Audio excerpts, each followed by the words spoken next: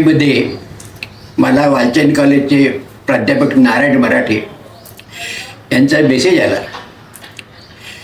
त्या मेसेजमध्ये असं लिहिलं होतं की ग्लोबल ॲल्युमिनी मीट पुण्यात होणार आहे आणि त्या मीटमध्ये वालचंद गौरव पुरस्कार आणि काही जणांना सन्मानित करण्यात येणार आहे आणि त्यात आपलं नाव आहे. वयाच्या 94व्या वर्षी मला हा ग्लोबल पुरस्कार मिळणार हे कळल्यावर मला फारच आनंद झाला आणि सिलेक्शन कमिटीच्या सर्व मेंबर्सना मनातून मी धन्यवाद दिला. आणि मग विचार करायला लागलो की हा पुरस्कार माझा एकट्याचाच आहे का, आणि मला जाणवलं की माझ्या एकट्याचं नाही. यात मला इंजिनियर होण्यासाठी ज्यांनी ज्यांनी मदत केली त्या सर्वांचा सहभाग आहे. माझं माध्यमिक शिक्षण कोल्हापुरात झालं, SSC परीक्षा झाली आणि त्यात कोल्हापूर जिल्ह्यात 7व्या क्रमांकाने मी पास झालो आणि मला नॅशनल मेरिट स्कॉलरशिप मिळाली. त्यानंतर राजाराम कॉलेजमध्ये सायन्स यायला नाव घातलं. अभ्यासाला सुरुवात झाली.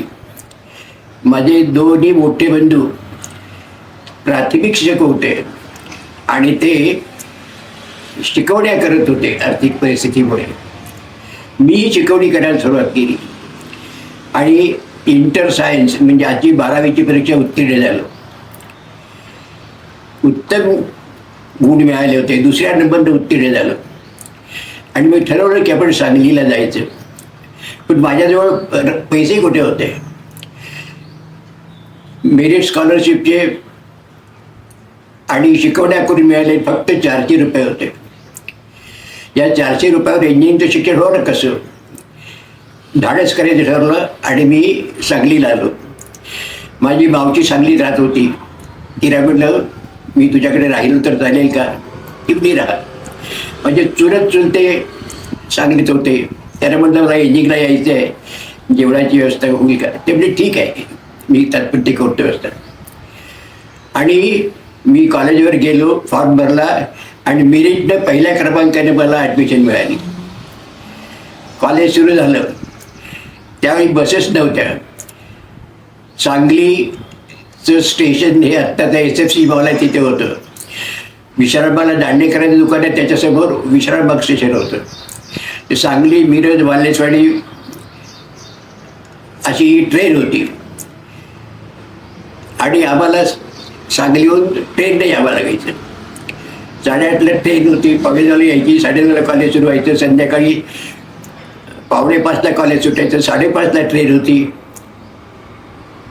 असं सुरू झालं आणि मला जाणवलं की आपल्याकडे पुस्तकं नाही आहेत. पुस्तक करायला पैसे नव्हते.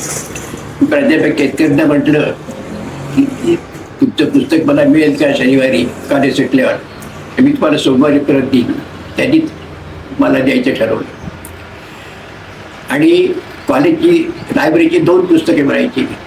अशा तऱ्हेनं माझा अभ्यासक्रम सुरू झाला. पण जाण्या येण्यात खूप वेळ जात होता.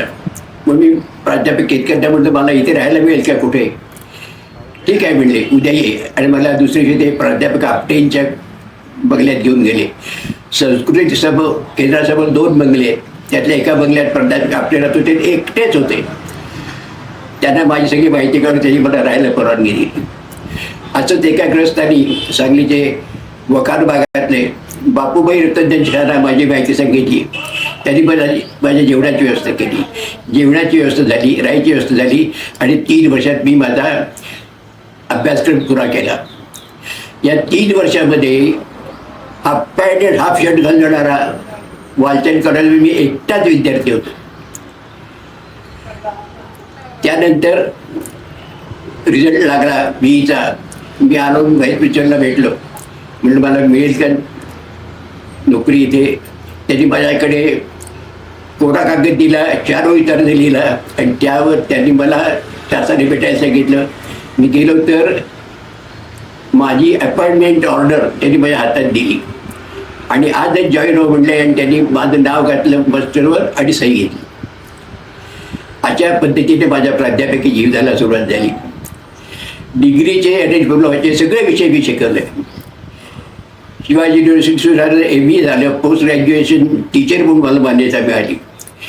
81 साली डिप्लोमा स्वतंत्र झाला त्याला प्राचार्य पाहिजेत म्हणून जाहिरात दिली. मी अर्ज केला आणि माझी निवड झाली पॉलिटेक्निकचं प्राचार्य म्हणून.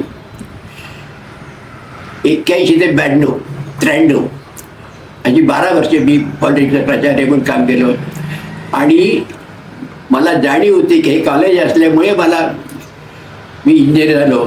त्या जाणीवेने मी कायम काम करत होतो आणि आनंद वाटतो की यावर्षी हा जो मला पुरस्कार मिळाला त्यामुळे मी धन्य झालो. नमस्कार.